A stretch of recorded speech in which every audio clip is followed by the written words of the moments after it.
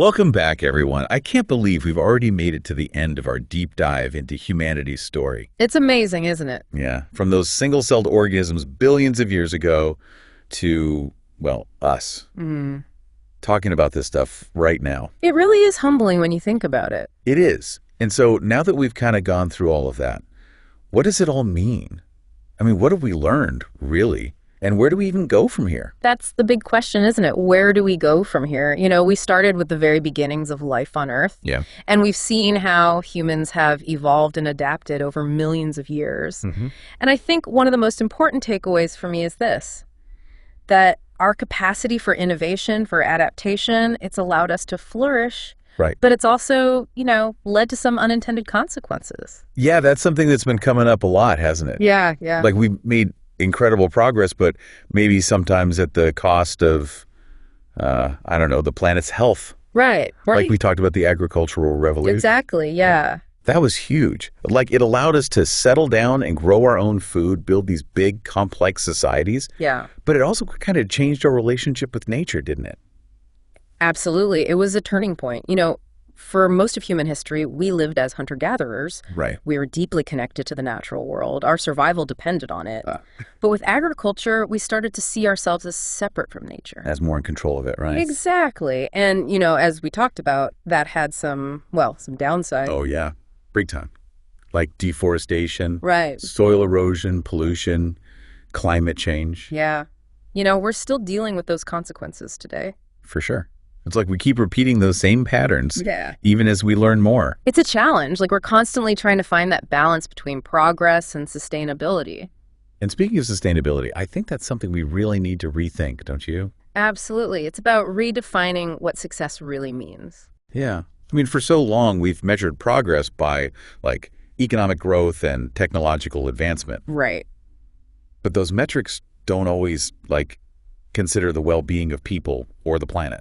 No, they don't. And that's where we need to take a more holistic approach, I think. Holistic? Yeah, like a multidisciplinary approach. We need to draw on insights not just from science, but from philosophy, ethics, even spirituality, to reimagine what a truly thriving future could look like. So we're talking about expanding our definition of success. Exactly. To include things like well-being, Yes. social justice, environmental health. All of those things. Imagine a world where we prioritize those values alongside economic growth. Okay, I'm trying to imagine it. It's pretty different from what we have now. It is, yeah. But there are already people and communities out there living in ways that embody those values. Really? So it's not just some far-off utopia. Not at all.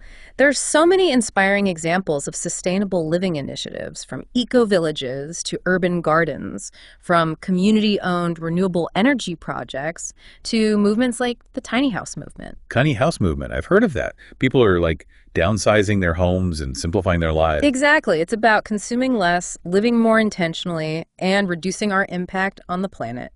So, these are real people actually doing this stuff. They are. They're pioneers showing us what's possible when we shift our priorities. Wow.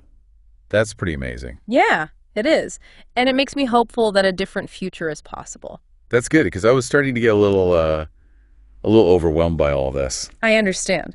But it's important to remember that we're not powerless. Right. We all have a role to play in shaping the future, even if it's just making small changes in our own lives. Okay, that's a little less scary. So what can we actually do? What are some practical steps people can take to make a difference? Well, that's a great question, and it leads us to the heart of what it means to be guardians of Earth. Let's dive into that. All right, let's do it. It really is about recognizing that each of us has a role to play in shaping the future we want. Okay, but sometimes it feels like, what I do doesn't really matter. I understand that. The problems can feel so big. They do. Yeah, but that's exactly why it's important for each of us to find our own way to contribute. Okay, so what can we do? Well, it can take many forms. It could be about the choices we make as consumers. Okay, so what I buy. Exactly, like supporting businesses that are, trying to be sustainable, trying to reduce their impact. Right, and buying less stuff in general. That too. It all adds up. Okay, what else?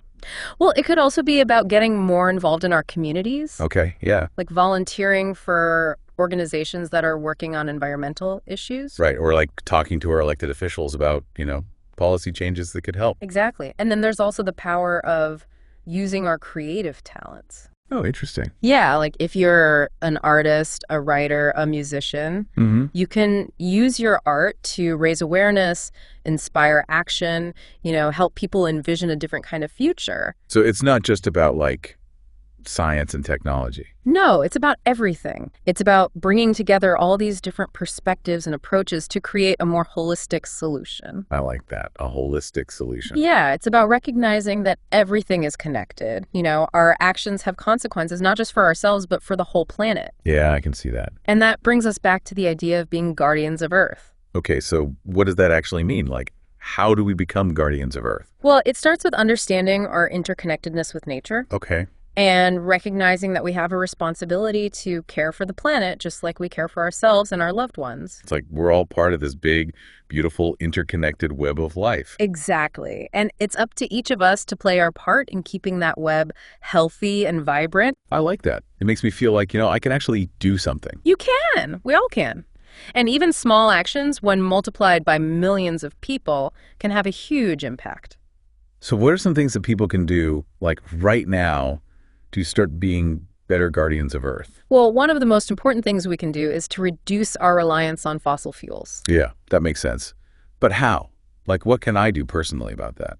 Well, there are a lot of things, like using public transportation more, or biking or walking instead of driving whenever possible. Okay, I can try that. And, making sure your home is well insulated to save energy, switching to energy efficient appliances, things like that. And what about renewable energy, like solar panels? Yeah, that's a great option too. If you're able to invest in solar panels for your home, that's a fantastic way to reduce your carbon footprint. Okay, that's good to know. What else? And we can't forget about the impact of our food choices. Oh, right. Animal agriculture is a major contributor to greenhouse gas emissions and deforestation. Yeah, we talked about that before. Yeah, so reducing our consumption of meat and dairy products can make a big difference. So like eating more plant-based meals. Exactly. Even just a few meals a week can have a positive impact. Okay, that seems doable. Anything else? Well, it's also about being mindful of our consumption in general. Right, like buying less stuff. Yeah, and also being aware of where our products come from, supporting companies that are using sustainable practices and treating their workers fairly. That makes sense. So it's really about making conscious choices in all areas of our lives. Exactly. It's about aligning our actions with our values, living in a way that reflects the kind of world we want to create. I like that. It's not just about like saving the planet. It's about creating a better world for everyone. Exactly. It's about social justice. It's about well-being. It's about creating a future where both humanity and nature can thrive. Wow.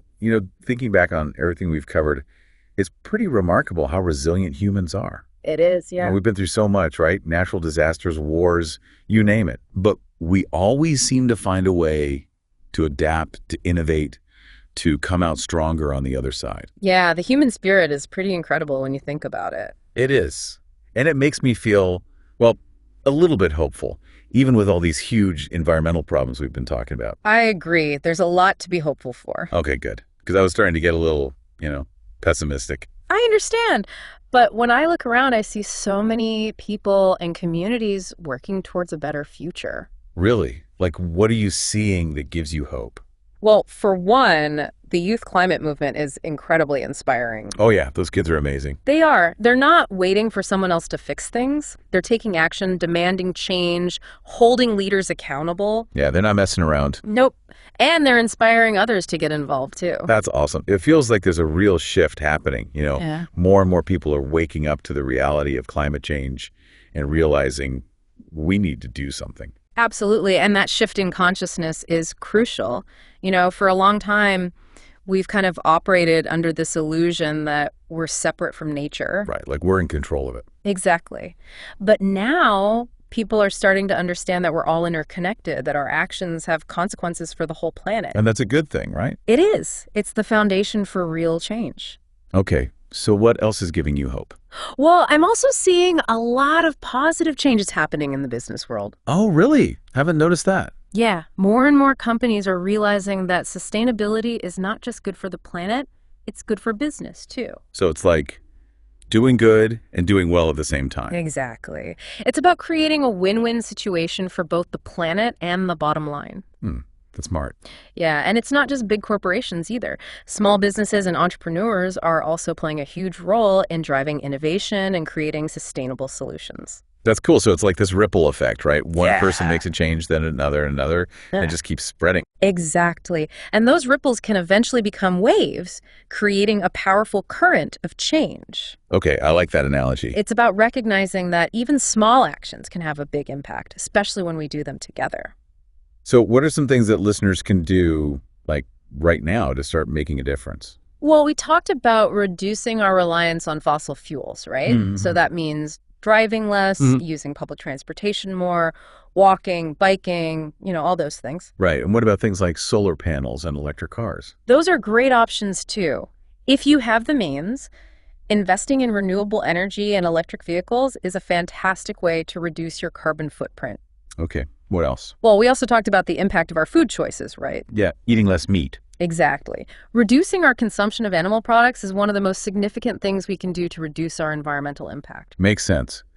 So basically, we need to be more mindful of our choices, right? Like in all areas of our lives. Yeah, it's about being conscious consumers, thinking about the impact of our decisions, supporting businesses that align with our values. Okay, I can do that. And it's also about using our voices. Our voices. Yeah, like talking to our friends and family about these issues, spreading awareness, voting for leaders who prioritize sustainability, making sure our concerns are heard. Right. So it's not just about what we do, it's about what we say, too. Exactly. It's about using all the tools at our disposal to create change. I like that.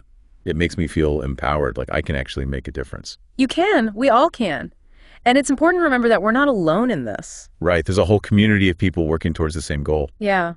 And when we come together, when we support each other, when we share our stories and our solutions, that's when real transformation happens. You've given me a lot to think about. I'm glad. And this deep dive has been an incredible journey for me too. Me too.